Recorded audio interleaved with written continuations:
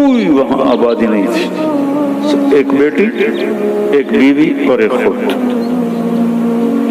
موت کا وقت آ گیا تو ان کی بیگم رونے لگی کہ اب تو یہاں ویرانے میں مر رہا ہے، یہ بچی ہے، میں عمر رسیدہ ہوں، تیرا غسل، تیرا کفن، تیری قبر کون کرے گا؟ ہائے کہا دیکھ اللہ کی بندی، ما کذبت وما کذبت، نہ میں جھوٹ بول رہا ہوں نہ کہنے والے نے مجھ سے جھوٹ بولا۔ میں ایک مجلس میں تھا تو میرے نبی نے فرمایا کہ اس مجلس میں ایک شخص ایسا ہے جو اکیلا رہے گا، اکیلا مرے گا، قیامت کے دن اکیلا اٹھے گا اور اس کا جنازہ مسلمانوں کی جماعت پڑھے گی۔ تو وہ سارے لوگ مر گئے شہروں میں، ایک میں اکیلا ہوں اس جنگل میں، کوئی آئے ہو کتھو آوے گا، نہ کوئی راہ نہ رند، ایک تو چلو راستہ ہو، راستہ بھی کوئی نہیں، کون آئے؟ حج بھی ختم ہو گیا، حج کے لیے قافلے شارٹ کٹ وہاں سے لے لیتے تھے ربضہ سے۔ انہوں نے کہا مجھے یہ نہیں پتا، یہ ہوگا اللہ کی بندی کے کہنے والا سچا ہے۔ دوسرا یہ شاکلہ بنانے کی ضرورت ہے کہ دیکھو ایک میری نظر ہے جو وہ شیشے پر جا کے ختم ہو رہی ہے، ایک میرے نبی کی نظر ہے کہ آپ نماز پڑھ رہے ہیں، اللہ اکبر، چلنا شروع ہو،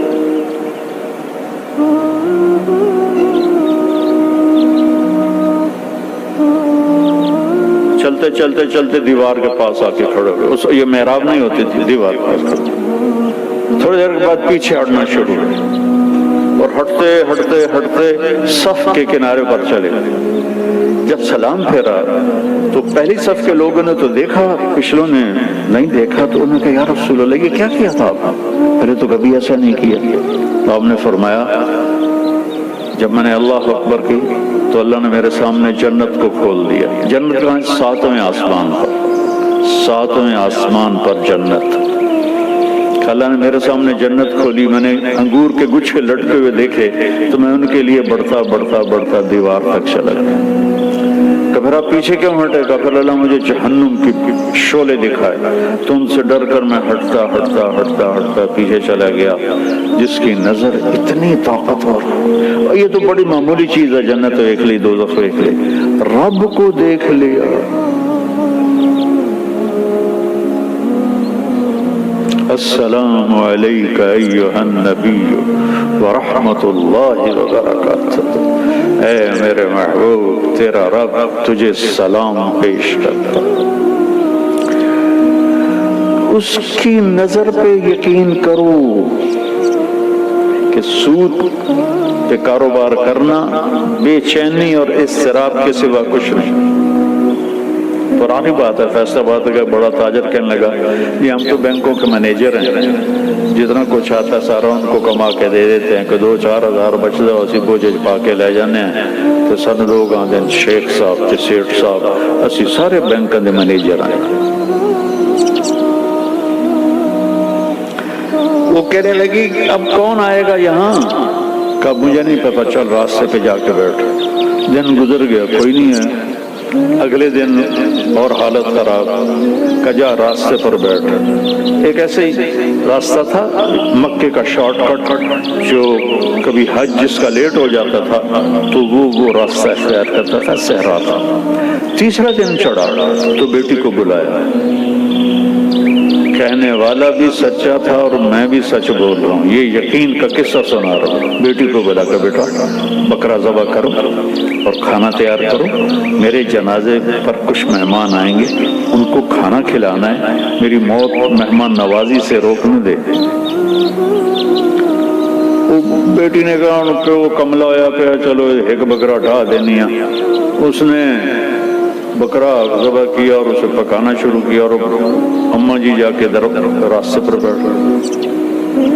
تیسرا دن تھا یہ اور ادھر سکرات جاری ہو چکے تھے، تو ان کی بیگم کو دور سے غبار اڑتا دکھائی دی، تو انہوں نے اپنا دوپٹہ یوں لہرایا ایسے ایسے کر، تو کسی ایک کی نظر پڑ گئی تو سارے وہ ادھر بڑھ گئے۔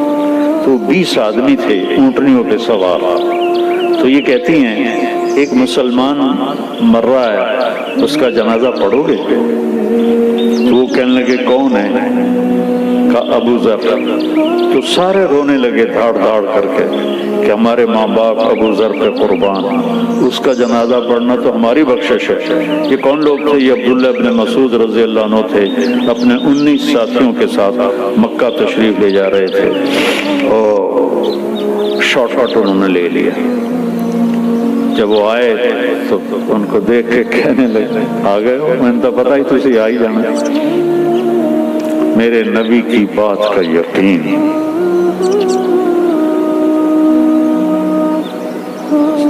کہنے لگے دیکھو مجھے کفن وہ دے اور میرا جنازہ وہ پڑھے جس نے حکومت کی نوکری نہ کی ہو۔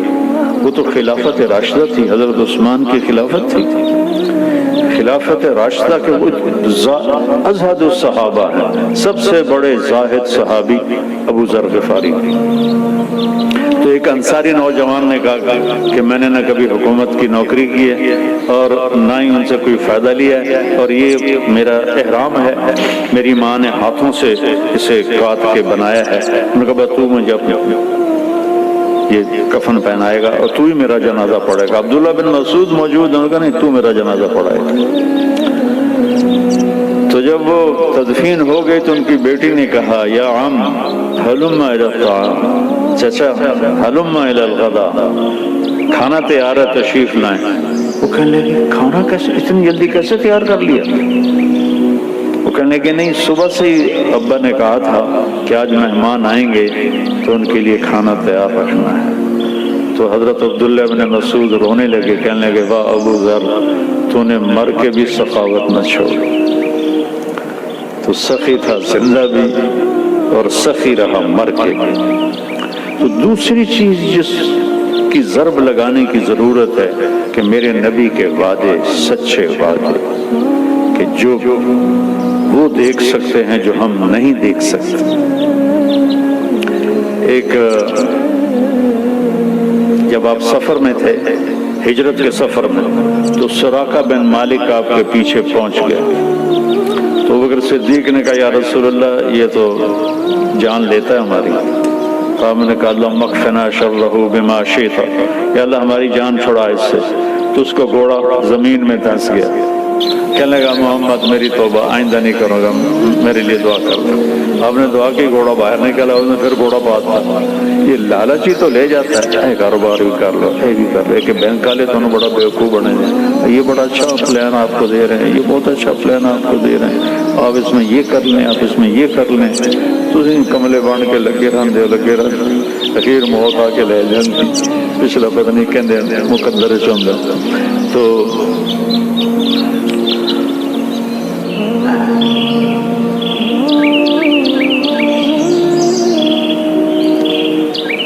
کیا کر رہا تھا؟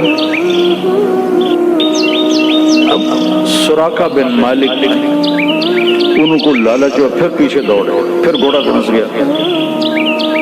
پھر کہنے لگا میں میری منت ہے ہوں بس میری توبہ، میں کلمہ پڑھ لیا۔ آپ نے دعا کی، گھوڑا نکلا۔ آپ نے کہا سراقہ یار آج تو میری جان لینے کے پیچھے وہ کیا دن ہوگا جب سپر پاور، یہ تمہیں اپنے الفاظ کروں، جب سپر پاور ایران کے بادشاہ کے کنگن تجھے پہنائے جائیں گے، ایران کے بادشاہ کے کنگن تجھے پہنائے جائیں گے۔ یہ کب کہہ رہے ہیں؟ جب مکے والوں کے خوف سے مکہ چھوڑا ہے اور مدینے جا رہے ہیں، اور چھپ کے جا رہے ہیں، راستہ بدل کے جا رہے ہیں، اور دنیا کی سب سے بڑی پاور کے بارے میں کہہ رہے ہیں کہ تجھے کنگن پہنائے جائیں گے۔ وہ خیر کلمہ پڑھ کے مسلمان ہو گئے۔ جب ایران فتح ہوا حضرت عمر کے زمانے میں، تو ان کے سامنے فہرست پیش کی گئی مال غنیمت کی، تو انہوں نے پڑھا تو اس میں کہنے لگے اس میں 2 کنگن کا ذکر نہیں ہے، کسریٰ کے کنگن۔ انہوں نے کہا جی ہے ہی کوئی نہیں تو ہم نے لکھا ہی کوئی نہیں۔ کہنے لگے یہ تو ہو نہیں سکتا، مجھے ابوبکر صدیق کہہ کر گئے تھے کہ تیرے دور میں کسریٰ کا خزانہ آئے گا، اور اللہ کے نبی نے سراقہ سے وعدہ کیا تھا کہ اس کو یہ کنگن پہنائے جائیں گے۔ ان کا جی ہمارے سامنے تو سارا گزرا ہے، مال غنیمت کوئی نہیں ہے۔ ان کا سارا دوبارہ تلاش کرو، سارا مال غنیمت۔